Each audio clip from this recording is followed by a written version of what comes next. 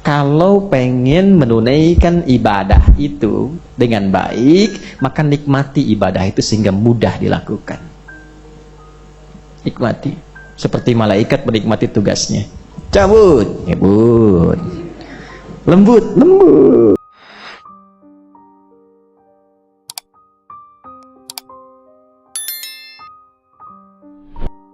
Wan-nazi'ati warqa, wan-nasyitati nashta, was-sabihati.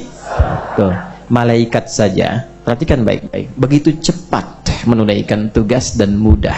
Jadi tugasnya itu dirasakan, dibuat nyaman, dibuat mudah, dibuat enak. Ini rumus dalam Quran. Kalau pengen menunaikan ibadah itu dengan baik, maka nikmati ibadah itu sehingga mudah dilakukan. Nikmati. Seperti malaikat menikmati tugasnya. Cabut, cabut. Lembut, lembut. Warqa. Wahyu turun, turun. Nikmati aja. Nikmat. Ya, wasabihati sabha. Jadi kalau kita ingin mendapatkan kenyamanan, dekat dengan Allah, akses ibadahnya nyaman, nikmati ibadahnya. Salat tuh nikmati. Kalau nggak dinikmati, nanti mengentaskan kewajiban saja. Allahu Akbar, Allahu Akbar, sudah adzan, wudu, selesai. Allahu Akbar, Allahu Akbar, Allahu Akbar, Assalamualaikum, Assalamualaikum, selesai. Udah, gugurkan kewajiban tapi nggak nikmat. Sehingga hasil keberkahan dalam sholat itu tidak tampak dalam kehidupan. Innas sholata tanha 'anil fahsya. Tapi yang terjadi, yang sholat tetap fahsya dan munkar. Apa artinya? Dia tidak menikmati sholatnya. Kalau dia menikmati apa yang Allah tugaskan kepadanya, Allah tugaskan sholat, kita sholat. Kata Allah puasa, kita puasa. Tidak ada yang paling indah kecuali saat menikmati ibadah. Demi Allah saya katakan ya, teman-teman coba nikmati sholat dengan sekedar sholat, itu rasanya beda. Demi Allah saya katakan, rasanya beda. Coba sesekali tunaikan sholat dengan segenap kenikmatannya. Nikmati saat sujud. Kata Nabi, fala tasjud, jangan engkau sujud ya dan bangkit lagi hatta tatma'inna sajida, sampai engkau menikmati sujudmu dengan tenang itu.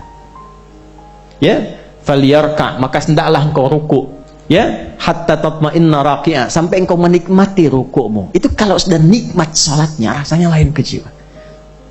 Puasa itu kalau sudah nikmat, nggak peduli bukaannya apa kan? Ya kan? Mau teh manis, teh yang nggak manis, teh setengah manis, mau pakai jus apapun itu, awal-awal kita masih pesen. Ayah mau apa bukaannya? Ya biasa aja mas. Apa biasa aja tuh apa? Ya supnya ayam, dan minumannya jus alpukat, ya buah naga yang dari Hong Kong. Hari pertama, hari kedua turun pertengahan, ketika sudah nikmat, nggak peduli mau bukaan apa, nggak peduli. Yang paling dahsyat tuh gini, di meja kumpul semua, tapi yang diminum cuma teh manis sama gorengan, itu ya. Itu kan makanan sunnahnya kan kurma, wajibnya gorengan, gitu kan? Saat puasa gitu kan.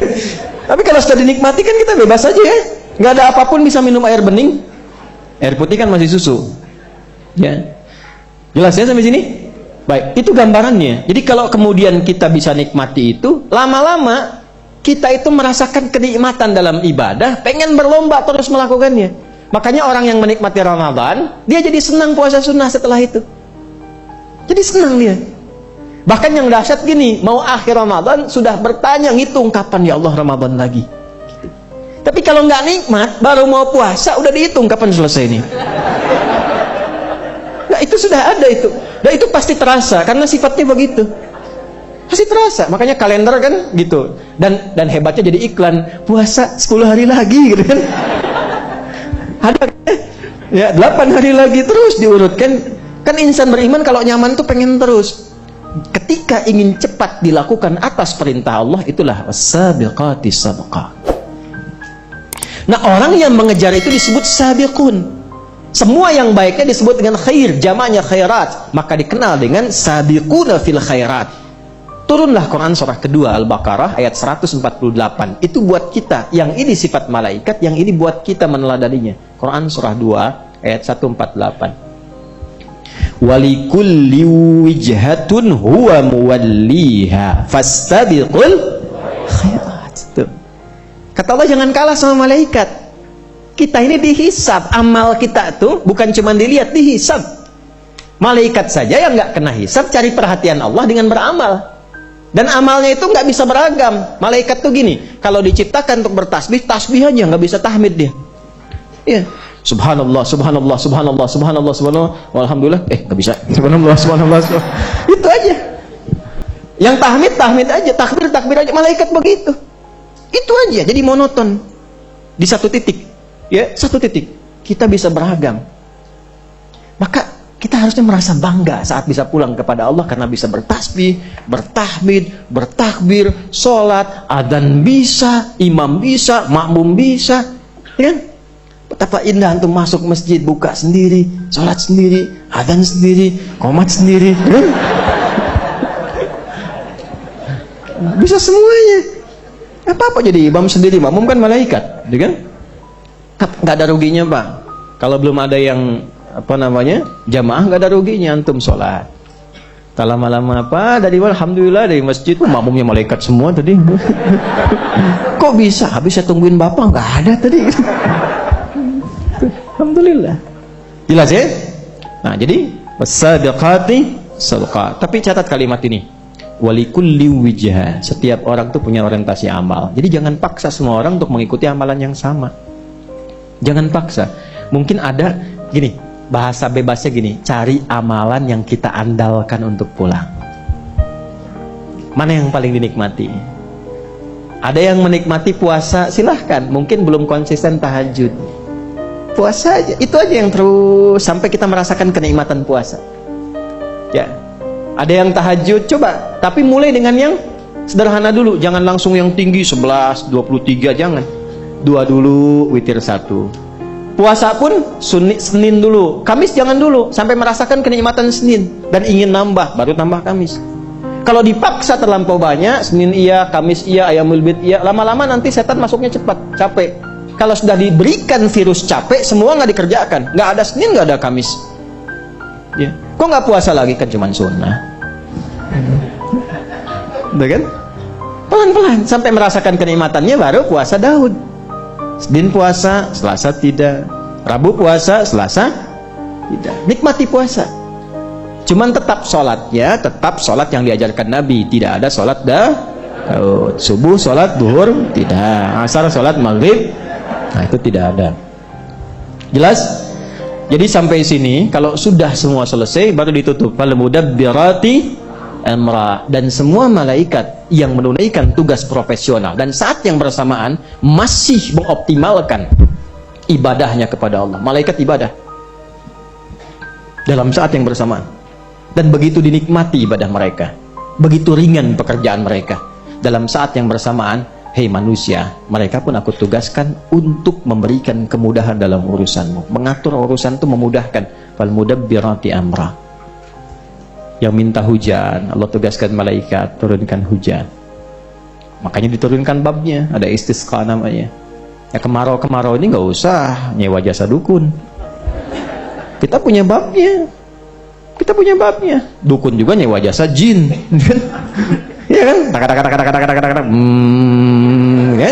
Nyewa jasa jin. Jin juga untung-untungan. Dia nyuri-nyuri nih, malaikat kapan turunin nih, malaikat kapan turunin gitu. Semuanya bohong, kita dikasih shortcut, jalan pintas langsung. Ya kan? Kenapa ketika diberikan jalan pintas nggak diikutin? Nah, ini yang aneh-aneh malah disewa kan? Nah, itu pati konslet tuh. Ya. Potong videonya tuh.